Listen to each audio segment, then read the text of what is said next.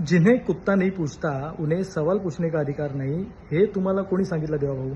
या देशातील सर्वसामान्य माणूस, गरीबातला गरीब माणूस तेल, गहू, तूप, तांदूळ, ज्वारी, बाजरी, डाळ, मका, कणीस, कपडे, लत्ते, पेट्रोल, डिझेल, गॅस सिलेंडर, दवा, दारू अशा प्रत्येक गोष्टीच्या माध्यमातून तुम्हाला कराच्या रूपाने पैसे देत असतो आणि त्या पैशांच्या माध्यमातून तुम्ही हजारो करोड रुपयांचे प्रोजेक्ट बनवता आणि मग जर त्या प्रोजेक्टमध्ये तुमच्या प्रोजेक्ट्समध्ये जर काही त्रुटी आढळल्या तर मग त्या सर्वसामान्य माणसांनी तुम्हाला प्रश्न नाही विचारायचे तर मग कोणी प्रश्न विचारायचे?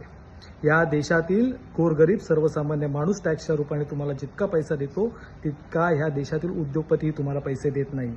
देवाभाऊ, जर तुम्हाला असं वाटत असेल की तुमचं नाव देवाभाऊ आहे म्हणून तुम्ही देव झाला आहात तर हा तुमचा गोड गैरसमज आहे.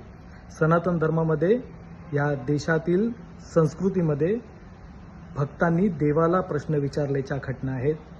आम्हाला पोथी पुराणांमध्ये, कथांमध्ये अशा अनेक कथा आम्ही वाचलेल्या आहेत की जेव्हा भक्त देवाला प्रश्न विचारू शकतो. पण जर तुम्हाला असं वाटत असेल की तुम्हाला कोणी प्रश्न विचारू नये तर हा तुमचा गैरसमज आहे.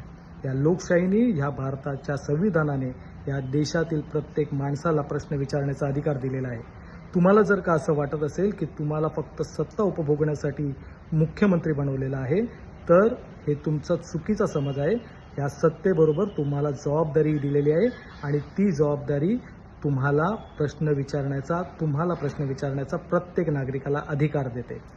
देवाभाऊ, नागरिकशास्त्राने समजवलेली लोकशाही तुम्हाला समजली नाही हेच आत्तापर्यंत तुम्हाला समजलेलं नाही आहे. कुत्रा सोडा, मांजर, उंदीर, अमिबा, एखादा छोटासा कीटक आम्हाला कोणी नाही विचारलं तरी चालेल, पण आम्हाला प्रश्न विचारण्याचा अधिकार आहे आणि लोकशाहीने हा दिलेला अधिकार आम्ही नेहमीच बजावत राहणार आहोत.